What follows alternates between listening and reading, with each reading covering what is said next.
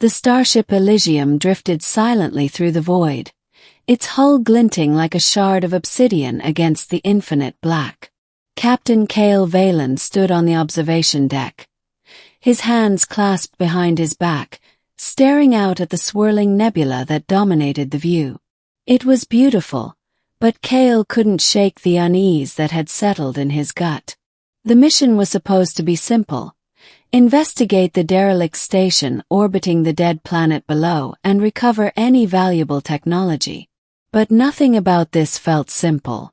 "Captain," a voice crackled over the comms. It was Lieutenant Mira Soren, his second in command. "We're approaching the station. Scanners show no life signs, but there's something. An energy signature. It's faint, but it's there." Kael frowned. "Understood. Prep the team. We're going in." The station was ancient, its metal walls corroded and pitted with age. The team moved cautiously, their boots echoing in the hollow silence. The air was thick with dust, and the faint hum of the station's failing power grid buzzed in their ears. Kael led the way, his hand resting on the hilt of the plasma blade at his side. "This place gives me the creeps," muttered Corporal Jax, a burly man with a scar running down his cheek. "Feels like we're walking into a tomb." "That's because we are," Kael replied grimly. "Stay sharp." They reached the central chamber, a vast, circular room dominated by a massive dais. At its center stood a figure, a woman, her body encased in a crystalline cocoon. Her eyes were closed, her face serene, as if she were merely sleeping. But what drew Kael's attention was the sword protruding from her chest, its blade glowing faintly with an otherworldly light. "What the hell?" Mira whispered, her voice trembling. Kael stepped forward, his eyes locked on the sword.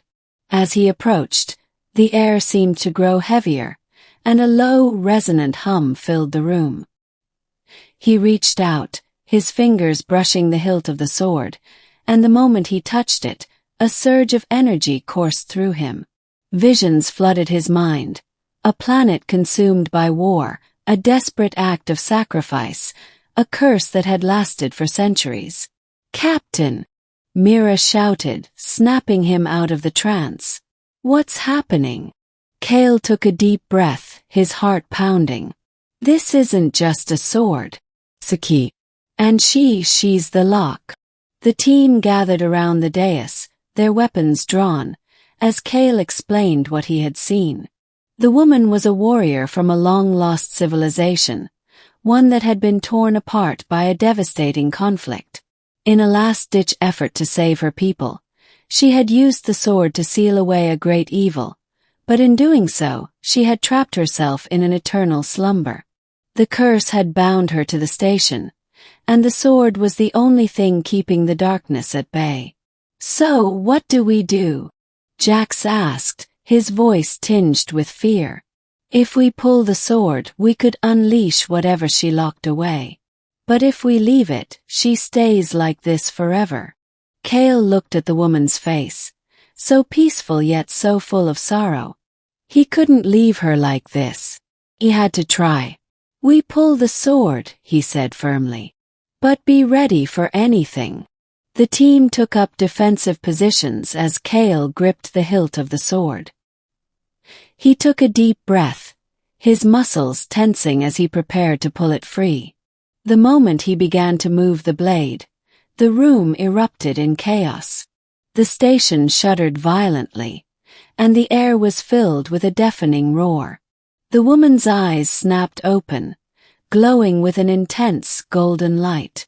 "You dare disturb the seal," her voice boomed, echoing through the chamber. "Do you know what you have done?"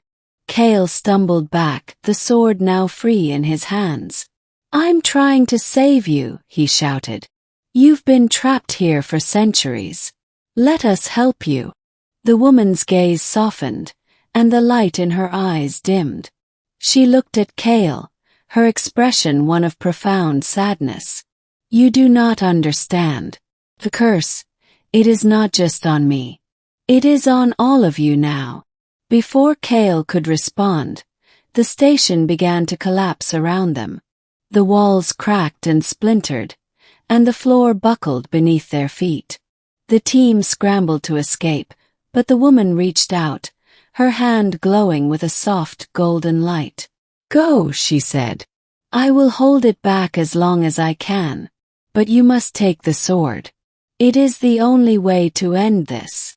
Kael hesitated, but Mira grabbed his arm. "We have to go, Captain. Now." They barely made it back to the Elysium before the station exploded in a blinding flash of light. Kael stood on the bridge, the sword still in his hands, as the crew watched the debris scatter across the void. The woman's final words echoed in his mind. "The curse is on all of you now." Days turned into weeks as the Elysium made its way back to civilized space. But the curse made itself known almost immediately. Strange malfunctions plagued the ship, and the crew began to experience vivid, terrifying nightmares. Kael himself was haunted by visions of the woman, her voice pleading with him to finish what she had started. "We can't keep going like this," Mira said one evening, her face drawn with exhaustion. "We need to figure out what this curse is and how to break it." Kael nodded, his eyes fixed on the sword. It had become a constant presence, its glow a reminder of the burden they now carried. "I think I know where we need to go." The planet was a barren, desolate world, its surface scarred by the remnants of an ancient war. Kael led the team to a massive temple, its entrance sealed by a door covered in intricate carvings. As they approached, the sword began to glow brighter, and the door slowly creaked open. Inside, they found a chamber filled with relics of the lost civilization.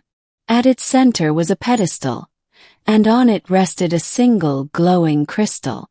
Kael stepped forward, the sword in his hands, and placed it on the pedestal. The crystal flared to life, and a holographic image of the woman appeared before them.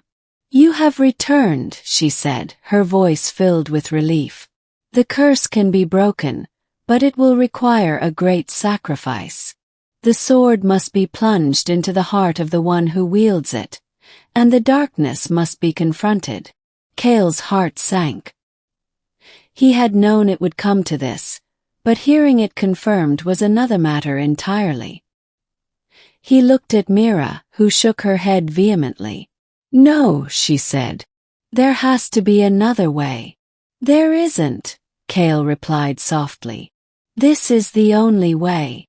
The team stood in silence as Kael prepared himself. He took the sword in both hands, its blade glowing with an intense golden light.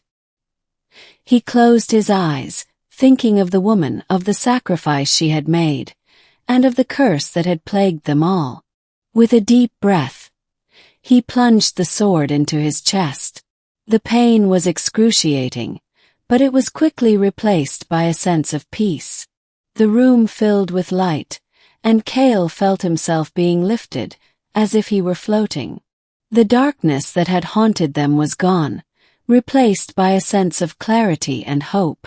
When the light faded, Kael was gone, and the sword lay on the pedestal, its glow extinguished. The curse was broken. The Elysium returned to civilized space, its crew forever changed by the events they had witnessed.